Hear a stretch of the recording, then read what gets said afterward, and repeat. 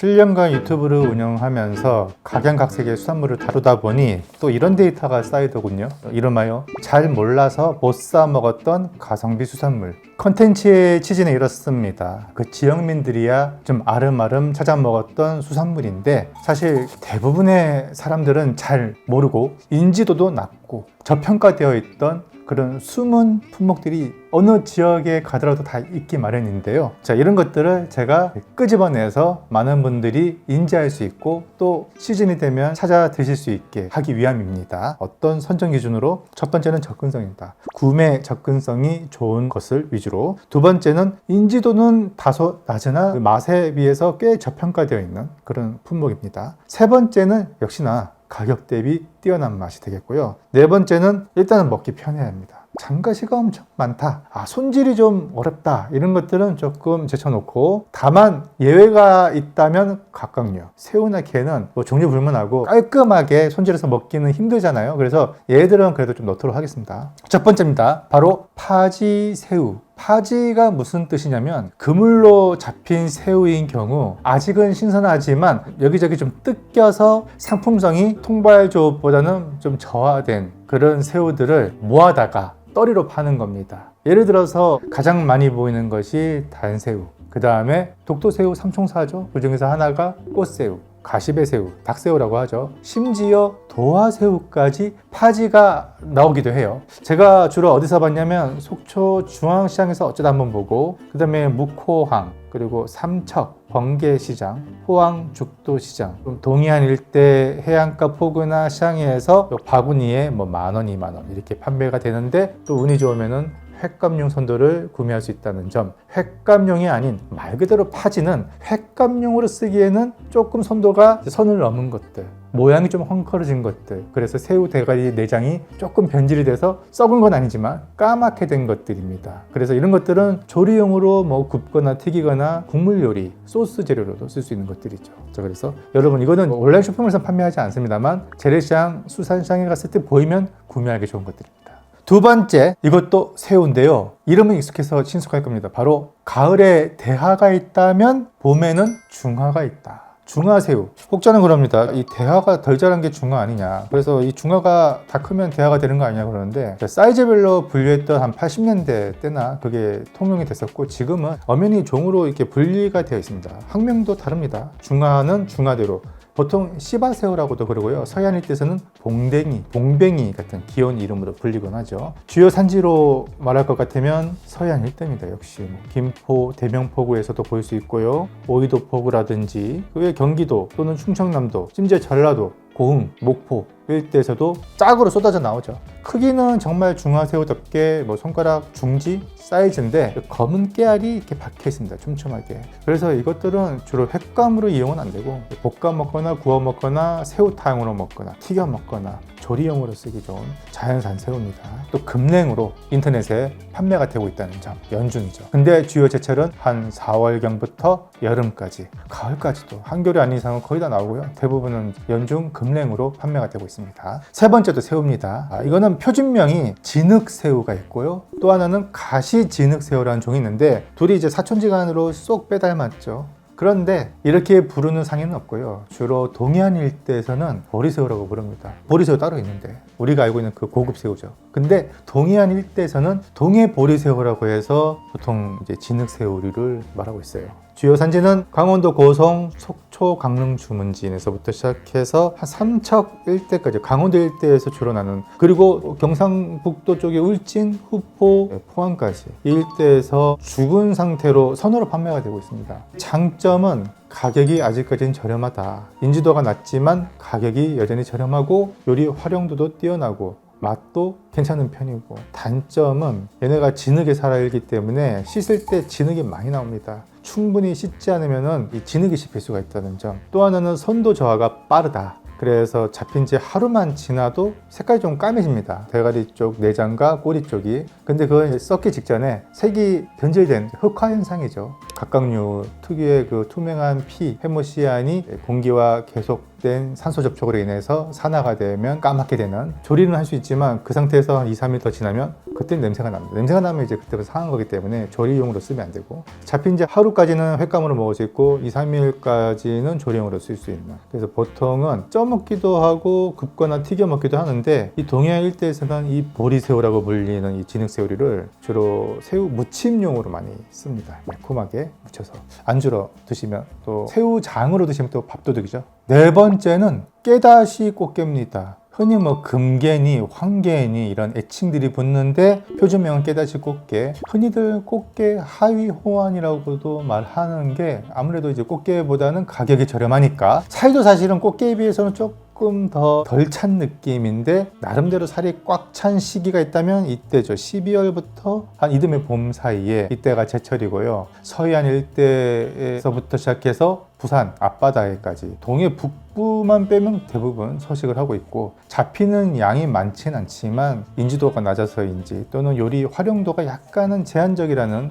그런 인식 때문에 가격은 좀 저렴한 편이고, 보통 어떻게 드시냐면요, 암컷 봄에 알이 찬 개체는 역시나 간장게장으로 먹을 수가 있고요. 보통은 찜용이나 꽃게탕으로 먹기 좋은 꽃게류가 되겠습니다. 다음은요, 어류로 가겠습니다. 생선 쪽에서는 제가 두 종을 선정했는데요. 자, 그 중에 하나가 황강다리. 얘는 흔히 황석어로 통하죠. 황석어, 황새기. 대개는 씨알이 굉장히 작아요. 그래서 이거를 조기 새끼라고도 착각을 하지만, 잘 보면 이 둥그스름한 머리부터 시작해서 형태가 좀 다르죠. 그래서 이 황석어라고 하는 애들은 크기가 워낙에 소형종이기 때문에 젓갈로 많이 담가 먹습니다. 황새기 젓갈 굉장히 유명하고, 그런데 제가 여러분께 권하고 싶은 것은, 많은 분들이 황석어 하면 젓갈용으로만 아시는데 이 구워 먹었을 때 이 고소한 풍미, 이거 잘 모르시더라고요. 씨알이 또 그 과정에서 큰 것들을 모아다 키로에 한 10,000원 이렇게 판매가 되는데, 봄에서 여름 사이가 제철이고, 이때 김포 대명포구라든지 경기도 일대 포구에 가면은 생물 황석어를 볼 수가 있습니다.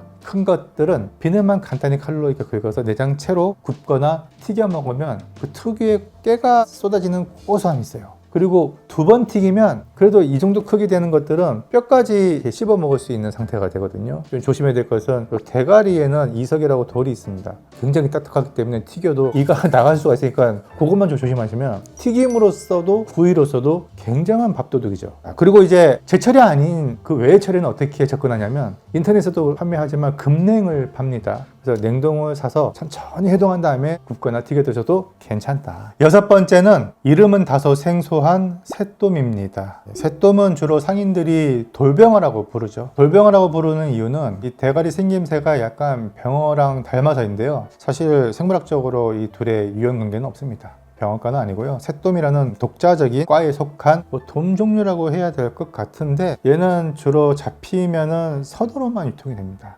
그래서 횟감보다는 구이나 튀김 조림용으로, 그리고 생선찌개나 매운탕감으로 굉장히 맛이 좋고, 인지도가 낮아서 가격이 저렴할 뿐 맛으로 따지면 그래도 병어의 하위 호환 정도는 됩니다. 병어만큼 엄청 포슬포슬하고 지방기가 뭐 버터를 바른 느낌까지는 아니지만 그래도 적당한 기름기가 있고요. 살이 그래도 좀 부드러운 편입니다. 그래서 숟가락으로 떠먹기 좋은 생선찜이라든지 조림, 구이에 가장 적합한 생선이라고 저는 생각을 합니다. 특히나 또 장갓이 그렇게 많지 않기 때문에 살 발라 먹기도 굉장히 용이하잖아요. 그러니까 어르신이 있는 또는 아이가 있는 그런 집안에서 밥 반찬 대용으로 저렴하게 먹기 좋은 생선이 되겠고요. 제철은 겨울이고요. 이 돌병어가 난 산지인 제주도와 전라도 일대에서는 생물로도 구매할 수 있는데, 그 외에는 주로 인터넷에서는 아마 금냉으로 판매가 될 겁니다. 금냉으로 사 드셔도 천천히 해동해서 조리해서 드시면 좋은 생선이라고 할 수 있겠습니다. 일곱 번째는 두 종류 중에 첫 번째, 제가 얼마 전에 소개한 참꼴뚜기. 꼴뚜기는 우리나라에 몇 종류가 서식을 하는데, 사실 이 지역에서는 종류를 크게 구분하지 않고 그저 그냥 호래기라고 부르는 경향이 있습니다.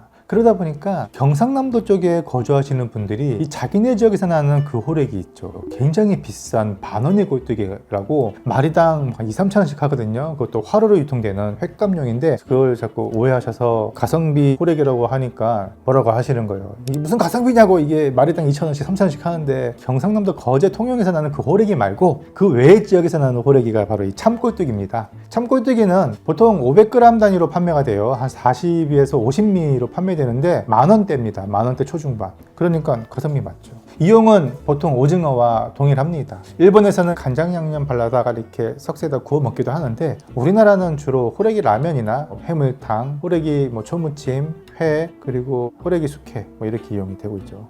볶아 드셔도 좋고 이것도 술안주나 밥 반찬 대용으로는 꽤 가성비가 좋지 않을까 생각이 듭니다. 자, 그리고 마지막으로 8번째, 이거 진짜 동해안 일대의 수산물을 좀 잘 아시는 그런 분들이 아니면 진짜 거의 모르시는 문어 종류입니다. 동해안 일대 문어라고 한다면 피문어를 떠올릴 텐데요. 그 와중에도 낙지만한 문어를 파는 데가 있거든요. 그래서 동해안 일대 상인들 뭐라 부르냐면요, 낙지 문어라고 부르거든요. 이건 뭐 낙지야 문어야, 근데 표준명은 발문어입니다. 이 발문어와 피문어의 차이는요, 이 껍질 색깔인데, 피문어는 빨갛잖아요 보통. 근데 이 발문어는 색깔이 비슷한데 조금 회갈색에 흰 반점이 많이 산재해 있다는 점. 가격도 원체 소형종이라서 그런지 저렴하고, 또한 소형 종이기 때문에 음식 활용도가 굉장히 뛰어나요. 그래서 동해안 일대 피문어를 보면은 거대한 10kg 나가는 것들은 킬로그램당 가격이 좀 저렴하게 나오고, 오히려 1kg짜리, 2kg짜리가 필요한 가격이 더 비싸잖아요. 발문어는 다 커봐야 1kg이 안 됩니다. 그러다 보니까 라면에 넣어 먹기도 좋고요, 볶아 먹거나. 숙회는 그래도 피문어가 조금 더 맛있는데 훨씬 맛있죠 사실. 숙회로 먹을 게 아니면은 가성비가 좋은 이 발문어로 다양한 조리법에 활용해 보시면 어떨까. 발문어를 파는 곳은 인터넷입니다. 인터넷에 발문어, 낙지문어 이렇게 검색하면 나와요. 근데 제철이 겨울부터 봄이기 때문에 이 시기가 아니면 대부분은 금냉을 판매할 겁니다. 그리고 이 시기라 하더라도 잡히는 날에만 당일 소진되기 때문에 시장에서 아마 인터넷에서 생물을 판매하는 경우는 흔치는 않을 것 같고, 살아있는 발문어 또는 생물을 사고 싶다 그랬을 때는 현지에 가야 됩니다. 주로 보이는 곳이 속초 중앙시장, 삼척 번개시장, 또 묵호항이라든지 동해안 일대 포구나 시장에서 볼 수가 있습니다. 번외로 제가 오늘 목록에 다 넣었다가 막판에 다 뺀 것들이 있어요. 여러분도 또 익히 알고 있는 것일 수도 있기 때문에 제가 뺐는데 한번 쭉 불러보면서 오늘 콘텐츠 마무리하겠습니다. 달마새우, 그리고 가시발새우, 제주도에서 흔히 딱새우로 파는 거 있죠. 요건 제가 조만간 한번 소개를 해볼게요. 그 다음에 방건조 가자미, 종류 불문하고 동해안 일대 방건조에서 파는 가자미는 다 가격도 저렴한데, 특히나 겨울부터 봄 사이에 이제 알배기가 있어요. 이런 것들은 인기가 많죠 전통적으로. 또 하나는 서대류. 서대는 동해청 반대편입니다. 서해 또는 서남해, 전라남도 일대에서 국산 서대 말려다 파는데 요새 수입산이 많이 난무하거든요. 근데 수입산도 그렇게 맛이 빠지지 않습니다. 요새는 워낙 이제 물간도 잘하고 또 해풍에 대부분 말려지는 그런 서대류라면 대부분은 가격도 저렴하고 살도 많이 나고 좋습니다. 지금 조금 철이 좀 늦었는데 양미리. 양미리는 1년 12달 먹을 수가 있긴 합니다. 엮어서 말린 거 있죠? 그런 것도 굉장히 가성비고, 생물 양미리 같은 경우는 한 1월까지는 유효할 것 같은데 정소와 알집이 있는 그런 양미리면 또 굉장히 또 맛이 좋죠. 그 다음에 한 4월경부터 한 7월 사이에 나오는 서해안 일대 밴댕이. 표준명은 반지고 사실 표준명 밴댕이는 또 따로 있어요. 그건 진짜 복잡한데, 표준명 밴댕이랑 반지가 서로 바뀌었어요. 그 해안가에서 상인들이 부르는 이름은. 근데 표준명 밴댕이는요 사실 건어물로 씁니다. 디폴이라고 하죠. 그게 진짜 표준명 밴댕이고요. 해안가나 식당에서 주로 상인들이 이 밴댕이 회무침 하는 것들은요 표준명 반지입니다. 또 어쨌든 그게 중요한 게 아니라 표준명 반지라고 하는 요 횟감용이 봄에 나온다. 구워 먹어도 되고, 가시가 많으니까 다져가지고 경단을 만들어서 탕으로 먹어도 되고, 해무침이 진짜 맛있죠. 자, 그 다음에 지중해 담치, 양식 홍합이죠. 제가 지난 겨울에 설명했던 그 알홍합, 알만 깐 거. 근데 국물용으로 국물 내실 거면 껍데기가 있는 홍합이 유리할 겁니다. 국물이 딱 벌어질 때 나오는 그 즙이 정말 맛있는 즙이거든요. 또 하나는 이제 새꼬막, 지금 한창 철이죠. 또 비슷한 친구로는 피조개, 피꼬막이라고도 하죠. 지금 회로 먹을 수 있습니다. 그 다음에 여러분이 잘 알고 계시는 홍가리비, 잘 이렇게 메모하셨다가 지금 연중 금냉으로는 다 판매가 되니까 금냉 또는 생물도 좋으니까 잘 챙겨 드시길 바라면서 오늘 이 영상 여기서 마치도록 하겠습니다. 감사합니다.